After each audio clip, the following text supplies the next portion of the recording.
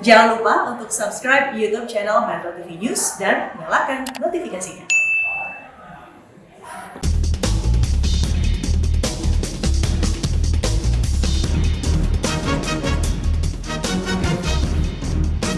Kembali bersama kami di Editorial Media Indonesia. Di sambungan telepon telah tersambung bersama dengan Direktur Utama KAI, ada Pak Didi Hartantio. Pak Didi, selamat pagi. Selamat pagi Mas Kevin dan para pemirsa TV Metro TV. Ya, selamat pagi. Pak Didi, ada dua petugas di bawah KAI yang kemudian memberikan contoh kepada kita semua bagaimana kemudian arti jujur begitu ya, mereka mengembalikan uang 500 juta rupiah. Dari KAI sendiri melihat dan memberikan apresiasinya seperti apa, Pak Didi? Baik, selamat pagi para pemirsa Metro TV. PT Kereta Api Indonesia memberikan apresiasi dan penghargaan berupa pengangkatan dua orang, jadi Mas Mujeni dan Mas Egy Sandi Saputra, kita angkat menjadi pegawai tetap di PT KCI. Melihat mengenai kejadian kejujuran antara dua petugas ini, bagaimana kemudian dari KAI menyikapinya, Pak? Mas Kevin, ini sebetulnya sudah sesuai dengan amanah yang dicanangkan oleh Pak Menteri BUMN, di mana kita mempunyai akhlak ya, nilai-nilai akhlak, yaitu amanah, kompeten, harmonis, loyal, adaptif, dan kolaboratif. Nah, di dalam sisi amanah itu mengandung nilai-nilai kejujuran dan integritas. Ini sudah kami menjadi nilai-nilai di PT Kereta Api dan anak-anak perusahaan termasuk PT KCI ya. Dan secara praktek bisnis barang ketinggalan di kereta itu sudah sangat sering terjadi, apakah itu jaket, tas gitu ya dan lain-lain, dan kita mengumpulkan itu di dalam lost and found ya. Dan para penumpang kita itu bisa call 121 itu 24 jam apabila merasa ada barang yang ketinggalan di kereta komuter. Dan alhamdulillah selama ini nilai-nilai itu kita bisa jaga baik ya, sehingga para penumpang kereta komuter tidak usah khawatir apabila barang ketinggalan, insya Allah itu dengan amanah, kejujuran, dan integritas seluruh sekitar 5.000 frontline yang bekerja. Mas Egy ini adalah pengawal kereta api yang setiap pagi bertugas mengawal perjalanan kereta komuter, menata physical distancing dan keamanan. Sementara Mas Mujeni ini merupakan petugas kebersihan. Baik. Pak Didi, bagaimana kemudian cara dari KAI agar betul-betul bisa memupuk begitu ya, menyebarkan nilai-nilai yang kemudian ada di Mujeni maupun Egy Sandi Saputra ini kepada seluruh petugas di KAI sendiri, di bawah KAI, Pak Didi? Ya, jadi kami memberikan suatu enforcement ya, di mana pada saat kami menemukan barang-barang yang berharga seperti ini, maka kami berikan apresiasi untuk mendorong ada message yang dikirimkan dari manajemen bahwa perilaku inilah yang kita ingin tumbuhkan di seluruh insan kereta api termasuk anak-anak perusahaan. Ya seperti Mas Mujeni dan Mas Sandi ini secara langsung kami berikan SK pengangkatan, kemudian kami juga berikan 2 sepeda untuk masing-masing, di samping beberapa jumlah uang tertentu yang kami sampaikan kepada yang bersangkutan.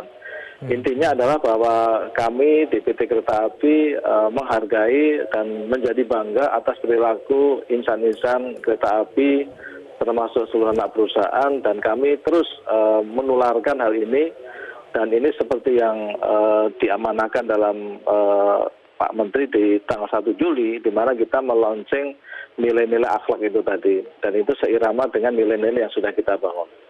Baik, Pak Didi, saya mau konfirmasi saja, apakah uang 500 juta rupiah itu sudah diambil oleh yang punya, Pak?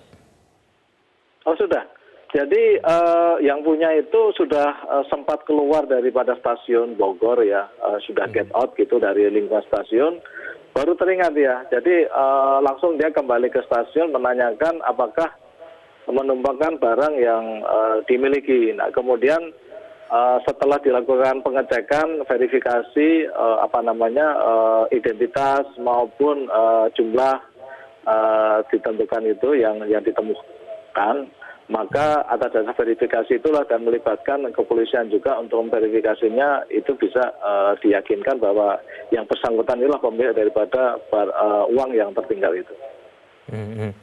Baik, Pak Didi, apakah kemudian ada alasan yang mungkin disampaikan dari yang punya 500 juta rupiah, kenapa kemudian sampai bisa begitu meninggalkan uang sebanyak 500 juta rupiah di salah satu gerbong KRL begitu? Memang pada saat itu kami juga para aparat menanyakan ini uang apa dan untuk tujuan apa.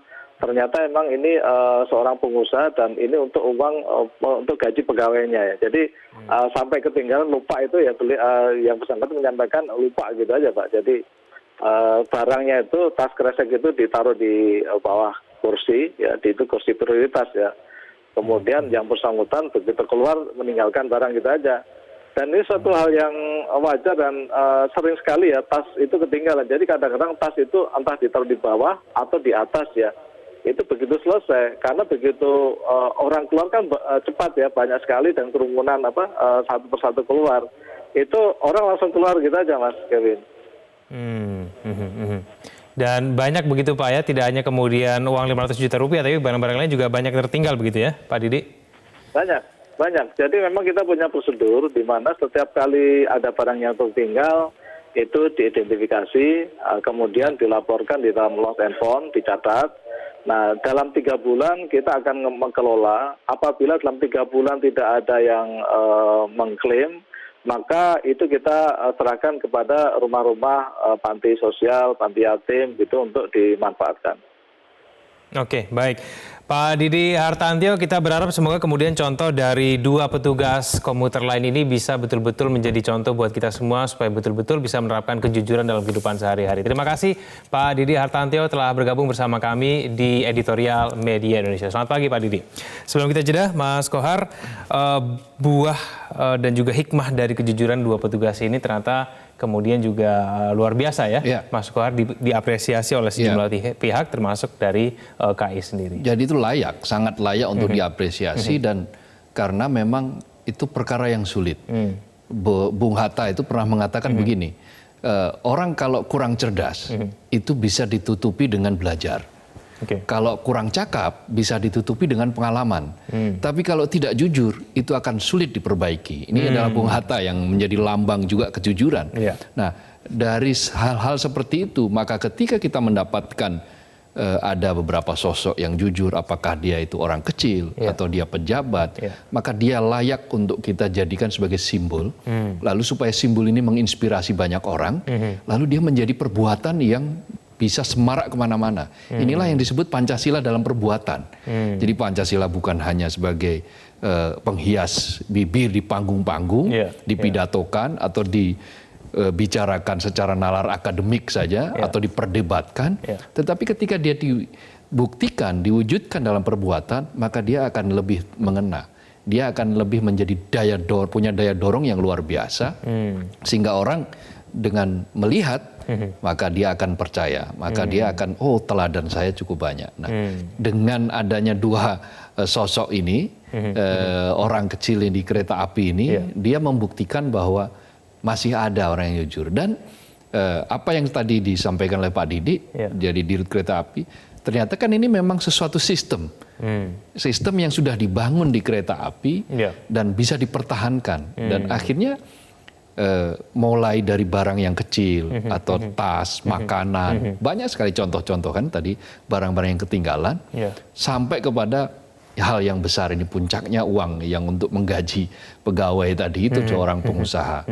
Nah ini yang patut dicontoh oleh institusi-institusi lain, apakah itu BUMN, lembaga politik atau lembaga-lembaga lain, sehingga mereka secara sistem by design itu membuat desain agar institusi mereka bisa menjadi contoh bagi kejujuran di Republik ini. Kita jeda dulu Mas Kohar, pemirsa jangan kemana-mana, kami akan kembali usaha yang satu. Terima kasih Anda bersama kami di Editorial Media Indonesia. Kita akan mulai menyapa penelpon kita pada hari ini. Yang pertama ada Ibu Indra dari Cirebon, Jawa Barat. Ibu Indra, selamat pagi. Selamat pagi Bung Kevin dan Bung Abdul Kahar. Assalamualaikum warahmatullahi wabarakatuh Metro TV. Pertama akan saya sampaikan salut buat PT KAI. Tahun lalu pun adik saya pernah mengalami hal itu dalam perjalanan kereta api Cirebon Express dari Jakarta ke Cirebon. Ya, menjelang hari raya itu naruh uang untuk bagi-bagi di kampung itu dalam tas kresek, di perjalanan membereskan tasnya dan tertinggal begitu, dan bisa kembali dalam hari itu juga. Kemudian saya ingin menggarisbawahi, memang kejujuran itu adalah dasar dari segala untuk berbuat baik, karena datangnya dari hati nurani. Jadi kita tinggal bisa melaksanakan apa yang ingin kita lakukan, itu tampil apa adanya, tidak dibuat-buat. Andai kata seorang yang jujur berbuat kesalahan, itu akan mudah dibetulkan, diperbaiki. Dan kalau dia melakukan kebodohan, tentunya bisa dibina. Nah, orang-orang yang berniat begitu itu tidak usah berpikir banyak. Dengan kemarin misalnya Pak Jokowi marah-marah juga, menteri dan pimpinan lembaga tidak bekerja, sense of crisisnya dalam keadaan extraordinary ini tidak bisa bekerja cepat. Itu muncul karena hatinya tidak jujur untuk berpikir mengambil keuntungan untuk diri sendiri atau golongannya. Karena kalau orang berbuat jujur, tidak berpikir, langsung melaksanakan pekerjaannya dengan baik. Dan inilah kalau orang jujur tadi bisa dibetulkan dan bisa dibina. Yang tidak jujur dan melakukan hal-hal yang tidak semestinya, itu yang perlu dibinasakan. Terima kasih. Baik. Assalamualaikum warahmatullahi wabarakatuh. Waalaikumsalam. Terima kasih Bu Indra dari Cirebon, Jawa Barat. Saya ke Pak Nugroho dari Jakarta. Pak Nugroho, selamat pagi. Selamat pagi Bung Kohar, selamat pagi Bung Kevin. Apa yang dikatakan Bu Indra itu benar. Kejujuran itu bukan hasil kecerdasan. Kejujuran itu hasil akhlak. Kejujuran itu adalah fitrah manusia. Jadi kalau manusianya fitrah ilahi, jujur, maka dunia ini aman. Kalau kurang pinter, gampang. Kurang cakep, gampang. Tapi mendidik kejujuran itu bukan hal gampang, fitrah. Dan ini sebuah, apa yang dilakukan oleh Egy dan Mujenik ini sebuah tamparan keras. Bukan tamparan lagi itu. Apa gojlokan atau apa yang paling berat.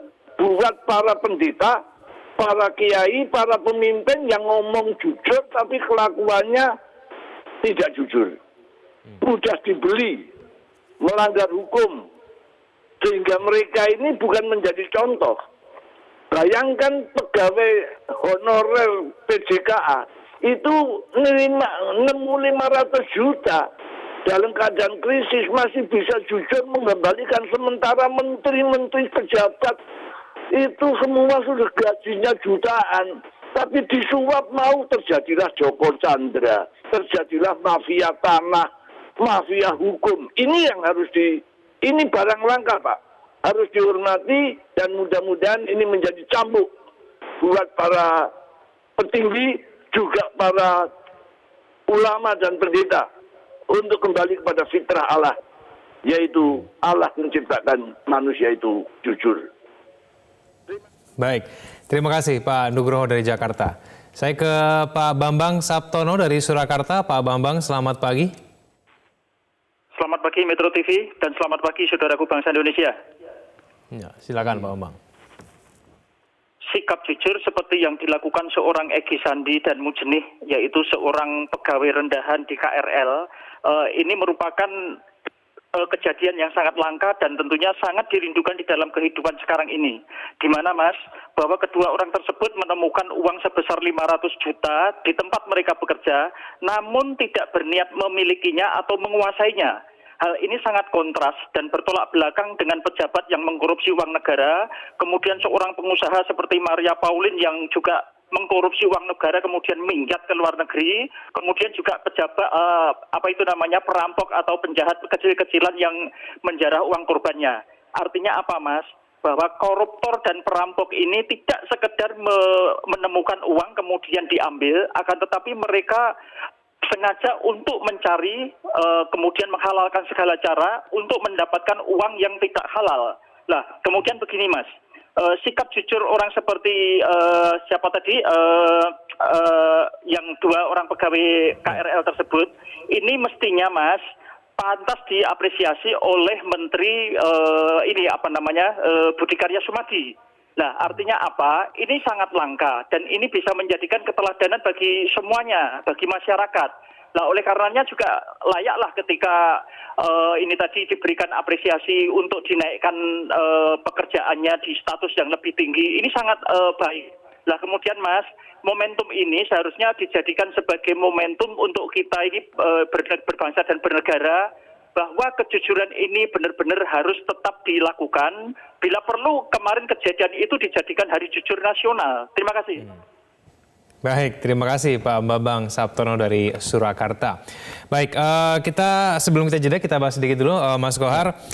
Seringkali kejujuran ini tidak kita lihat di tingkat atas begitu ya, Mas Kohar. Ya. Bagaimana kemudian kita bisa memastikan dan juga memupuk kejujuran ini kalau dari penelpon tadi mengatakan bahwa kejujuran ini bersumber dari hati nurani, akhlak gitu. Sedangkan orang-orang yang kemudian memegang jabatan tinggi begitu ya, punya peranan besar begitu untuk berperan dalam negeri kita ini tidak memiliki hal-hal itu. Ya, makanya begini, perbuatan seseorang itu bisa menjadi inspirasi. Ketika dia berbuat baik, berbuat jujur seperti Egy dan Mujni, maka dia akan menjadi simbol kebaikan. Tetapi dia tidak boleh berhenti seperti itu. Jadi kejujuran itu tidak boleh berhenti hanya menjadi pekerjaan orang per orang. Dia harus dibangun menjadi sistem. Karena sistemlah yang akan mengikat nanti. Sistemlah yang akan menghukum kalau orang menjadi tidak jujur. Mengapa? Karena ada prinsip-prinsip di mana ketika orang jujur bertemu dengan orang yang sangat tidak jujur, maka ada potensi-potensi tarik-menarik ini. Nah, potensi tarik-menarik bisa jadi yang jujur kemudian menjadi tidak jujur, menjadi yang tidak jujur bisa menjadi jujur, tetapi dengan syarat apa? Sistemnya memang memungkinkan untuk itu. Jadi ekosistemnya dibuat, sistemnya disusun secara benar. Maka apa yang terjadi pada Egy Sandi dan Mujni itu adalah perpaduan antara kejujuran tadi hati nurani tadi seorang Egy dan Mujni plus sistem yang sudah dibangun oleh induknya PT Kereta Api, KRL. Jadi mereka sudah membangun sistem yang membuat sehingga orang itu on the right track. Ketika mereka mencoba untuk tidak berbuat jujur, maka dia dipeluit, disemprit gitu ya, diperingatkan seperti itu. Dan kita sebetulnya tidak kekurangan kok stok-stok seperti itu. Baru saja yang pensiun kan kita saksikan mantan Hakim Agung Artijo Alkostar, yang ketika Pak Artijo pensiun juga dimunculkan di editorial media Indonesia sebagai bagian dari orang yang langka, orang jujur yang langka.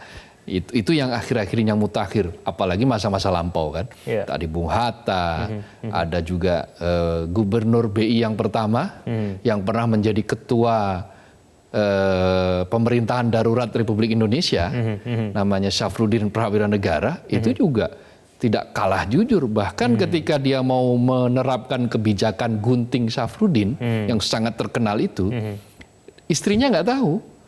Padahal kalau dia mau, istrinya diberitahu, siap-siap kamu, supaya dia persiapan uang begini, karena gunting Syafruddin ini berisiko untuk membuat nilai uang menjadi rendah. Tetapi istrinya tidak tahu kebijakan itu muncul, lalu istrinya protes. Nah, dan ketika diprotes sama istrinya, Pak Syafruddin cuma bilang, ya kalau saya kasih tahu kamu, namanya bukan rahasia. Gitu kan. Artinya hal-hal seperti ini dibawa dengan sangat ketat. Oke. Dan Baik. Gubernur BI pertama itu bukan orang yang berkecukupan. Artinya di tengah situasi negara yang waktu itu sedang krisis, ada empati dari pejabat. Nah, Oke. itu contoh-contoh cukup banyak. Kita break lagi, Mas Ya. Kohar. Pemirsa jangan kemana-mana, kami akan kembali usai jeda berikut ini. Anda masih bersama kami di editorial Media Indonesia, Mas Kohar. Masih berbicara mengenai sistem tadi, Mas. Ya. Bagaimana kalau orang yang bertugas untuk menciptakan sistem yang betul-betul mendukung untuk kejujuran itu justru orang yang tidak jujur, Mas? Orang-orang yang kemudian tahu peraturan itu, tahu celahnya, sehingga kemudian mereka paling tidak menggunakan kewenangannya itu untuk berbuat tidak jujur, tidak membuat sistem yang sebetulnya memupuk kejujuran, seperti contohnya yang tidak seperti contohnya yang kayak seperti Egy dan Mujini ini. Ya, Mas jadi Kohar. transparansi itu menjadi kata kunci. Oke. Jadi ketika sebuah sistem, sebuah aturan dibuat secara transparan, maka dia mudah diawasi.